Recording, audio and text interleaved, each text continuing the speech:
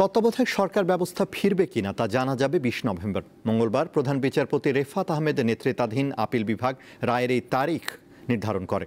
এর আগে ৭ বিচারপতির পূর্ণাঙ্গ আপিল বেঞ্চে ১০ম দিনের শুনানি অনুষ্ঠিত হয়। গত ২১ অক্টোবর সুপ্রিম কোর্টে নির্বাচনকালীন তত্ত্বাবধায়ক সরকার ব্যবস্থা ফেরানোর আপিল শুনানি শুরু হয়। টানা ১০ দিন শুনানি শেষে দেশের সর্বোচ্চ আদালত এই মামলার রায়ের দিন ঠিক করে। আইনজীবীদের প্রত্যাশা আবারও ফিরবে তত্ত্বাবধায়ক ব্যবস্থা।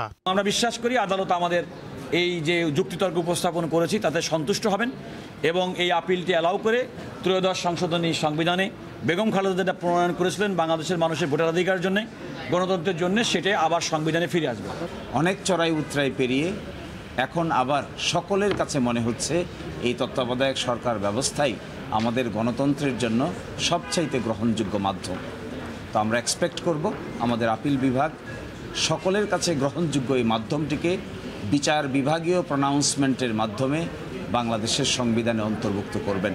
আগের রায় রিভিউ চেয়ে আবেদনকারী সংগঠন সুজনের আইনজীবী জানান, এই ব্যবস্থা নিয়ে রায়ে একটা গাইডলাইন চাওয়া হয়েছে। বিচারপতি খায়রুল হকের নেতৃত্বে যে রায় সেটা বাতিল করবেন এবং সেটা বাতিল যদি করা হয় তাহলে ত্রয়োদশ সংশোধনী সংবিধানে ফিরে আসবে এবং ফিরে আসার পরে আমি বলছি যে এটা কার্যকর হবে আগামী ফেব্রুয়ারির সংসদ নির্বাচনের পরের নির্বাচন থেকে। অ্যাটর্নি জেনারেল জানান, গণতন্ত্রের ক্যান্সার দূর করতে তত্ত্বাবধায়ক সরকার ফিরে আসতে হবে। অন্যতম একটি উপাদান গণতন্ত্র, সেই গণতন্ত্রের ভিতকে মজবুত করার জন্য এর বিকল্প পথ আমাদের সামনে নাই।